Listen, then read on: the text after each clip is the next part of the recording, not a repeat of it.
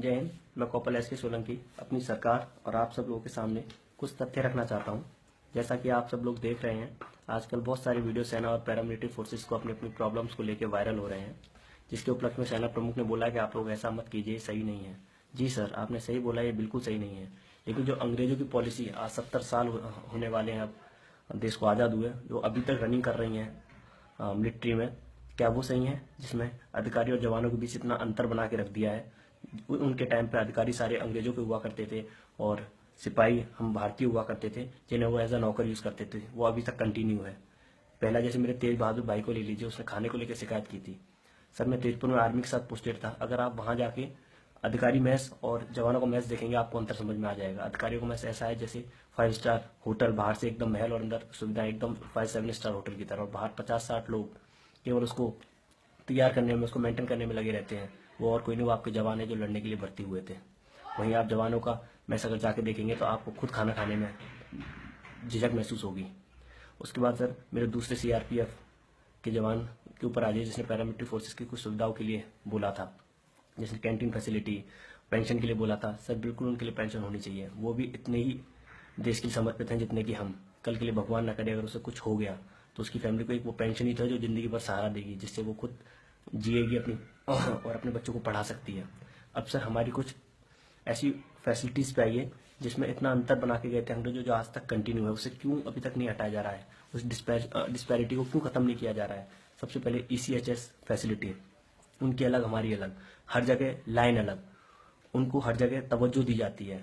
Canteen में line ले लीजिए, अफसर्स अलग, हम सिपाही अलग। एमएच में लाइन ले लीजिए, अरे एमएच में तो बीमार आदमी जाता है, उसमें अफसर्स अलग, हम लोग अलग। हम लोग लाइन में, अफसर आ गया तो वो पहले चले जाएंगे, उनकी फैमिली पहले चली जाएगी, हम लोग खड़े रह जाएंगे, चाहे कौन ज़्यादा बीमार है कोई मैटर नहीं करता। उसके बाद आ जाइए सर, कार्ड लिमिट पर कैंटीन के, हम लोगों को 4-4.5 हज़ार, उनको हमसे 3 गुना 4 गुना ज़्यादा।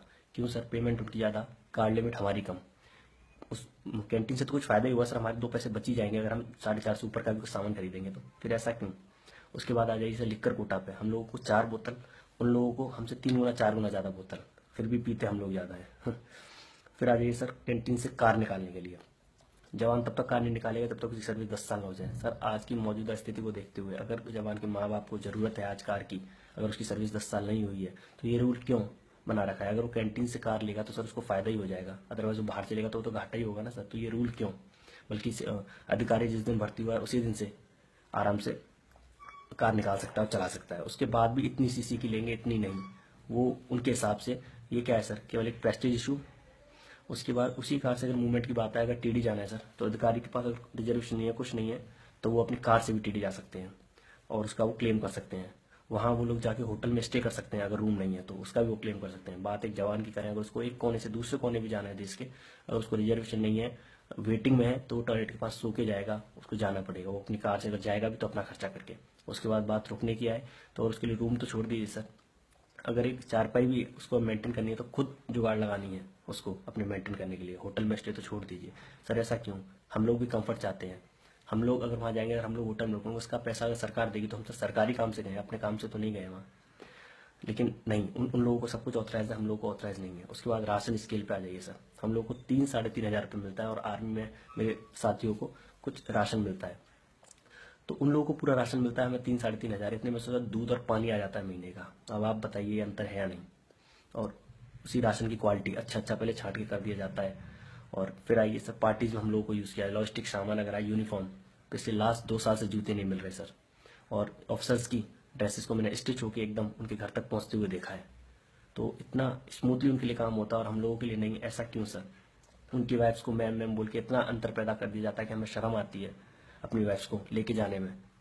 उसके बाद हाँ, अब बात करें पे स्केल की, तो सर वो डिजर्व करते हैं। वो एग्जाम फाइट करके आए जो हम लोग नहीं कर पाए। वो ए ग्रेड ऑफिसर है। But what about MSP sir? Military service पे तो सर गार्ड हम करते हैं सर अपनी पैराफेरी को, चारों पांचों तरफ से, हर तरफ से। हमारे 10-20-50 जवान जो भी हैं अपनी जान हथेली पर के रात भर हम लोग जाके गार्ड करते हैं। बॉर्डर पर गश्त हम लोग देते हैं रात भर जग के। और मिलिट्री सर्विस पे उनका 15,000 प्लस और हमारा 6,000 एज पर 7th पे कमीशन। ऐसा क्यों सर? इसके लिए मैंने सर बहुत लेटर भी लिखे थे, मैंने, मेरे कई भाइयों ने, मैंने डिफेंस मिनिस्टर, पीएमजी आपको और अपने फाइनेंस मिनिस्टर को, सबको, लेकिन अनदेखा कर दिया गया या किसी ने हमारी ये बात उठाई नहीं। और ऐसे ही नहीं, और भी बहुत सारे अलाउंसेस हैं जिसमें इतना डिफरेंस पैदा करके रखा गया है।